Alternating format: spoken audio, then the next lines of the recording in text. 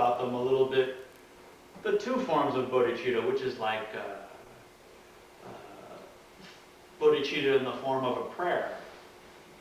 Then you see somebody praying, Sangye Zhedong Zhou Yi Cheng Nama Zhang Zhui Bar. That's bodhicitta in the form of a prayer. It's you're wishing to get the actual mind and the actual actions of bodhicitta. You're faking it before you make it. You fake it before you make it. Then that's a contributing factor, a cause for the actual bodhicitta. It puts seeds in your mind, which will ripen. Then there's juksam, which is the wish in the form of actual action. It's kind of like your plans to take a trip, setting up the schedule is like the prayer form of bodhicitta. Setting up the schedule, the itinerary, getting the gas for the car and everything. And then the actual action is doing it, taking the trip. Tsongkhapa said that the bodhicitta is a highway to Buddhahood. Meaning that if you can get this mind, which is very rare, it's like a wish-fulfilling jewel. It will bring you the most amazing virtues in your life, which is Buddhahood, complete Buddhahood, very quickly.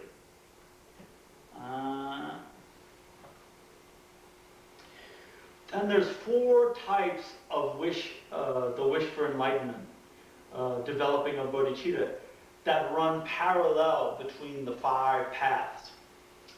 The 5 paths to total Buddhahood is a very standard, detailed in Abhisamaya by Lord Maitreya. One is Soplam, which is the path of accumulation. That's the first path. Then there's Jorlam, which is the path of preparation. Then there's Tonglam, which is the path of seeing. Then there's Gomlam, which is the path of meditation or habituation. Then there's Miloplam, which is the path of no more learning. Miloplam, that's Buddhahood. That's achieving the total cessation of the ending of the seeds in your mind to see things as self-existent. Even the most subtle impressions in your mind. That's the Buddhahood, that is the omniscient mind of a Buddha that knows everything, and the totally perfect, pure body of a Buddha that doesn't suffer like we do. Then backtracking to the Soplam, the first one, that is when you get renunciation. They in the monastery call it Lojong, leaving the home life. When you see the suffering of this type of existence, and then you cultivate that. Now going to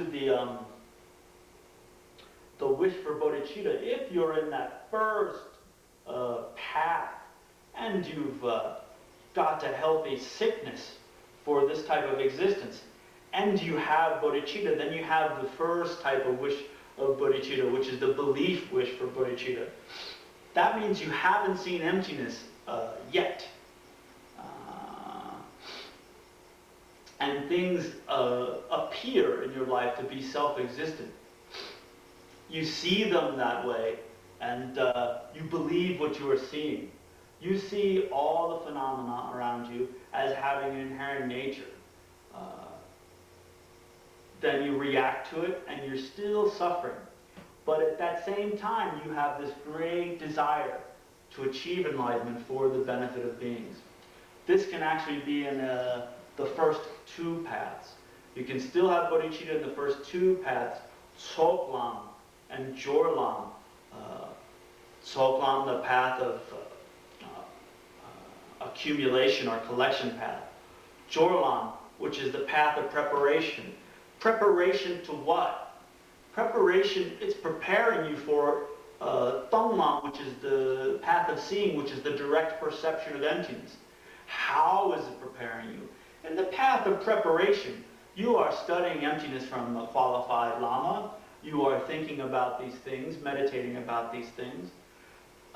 You start to develop a strong intellectual understanding an inferential consciousness, they often call it in text.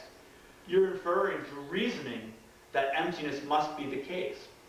You haven't had a direct perception in meditation, but you're working towards that.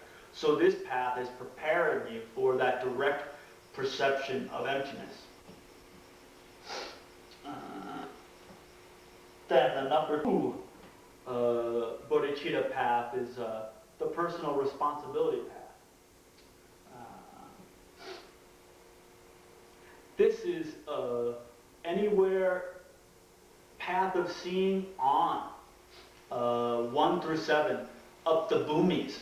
If you have a direct perception of emptiness and you have bodhicitta in your heart, you have this personal responsibility, wish for enlightenment.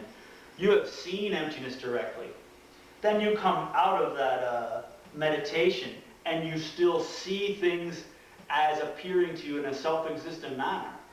But you no longer believe it. It's a crazy time in your spiritual career. You see things as having inherent existence, but you don't believe it. On the path of seeing, the third path, you destroy forever 2 mental afflictions out of the 84,000 that Lord Buddha specified as suffering beings having. You destroy, in meditation, that belief in self-existence. And you also destroy the useless doubt about the Buddhist path. You know when you come down out of that deep state of meditation that the Buddha was right, that the Bodhisattvas got it, and that the Buddha wasn't bullshitting for the first time. Then this can happen anywhere up to 1 through 7 bhumis. This kind of personal responsibility bodhicitta, wish for enlightenment.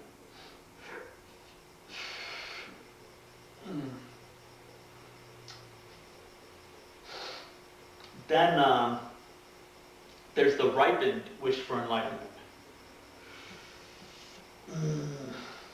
This is, you've seen emptiness directly. You no longer see things. You're not a Buddha, but you no longer see things as self. They no longer appear to you as self-existently, only very subtly. And you no longer have the belief that things are self-existent. You've destroyed that. But there are very subtle, almost unconscious seeds in your mind of self-existence.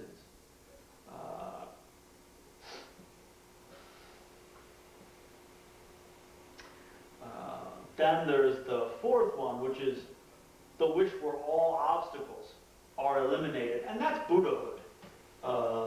That's total. You've reached Buddhahood. You've totally destroyed the subtle seeds in your mental continuum, which force you to see things as if they have some kind of self-existent nature. Totally gone, never to come back. You no longer see them that way. You no longer believe that they have an inherent existence. That has been forever destroyed.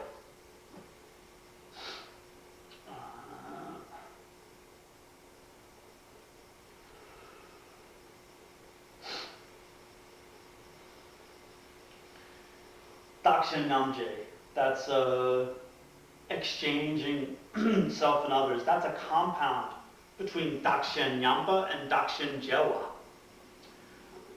We will be doing a Tonglen meditation at the end of the class, and that will go over giving and taking and giving, taking away the suffering, giving virtue and happiness. Daksha Nyimpa is the practice, as I said before, of thinking of oneself and all others as being the same in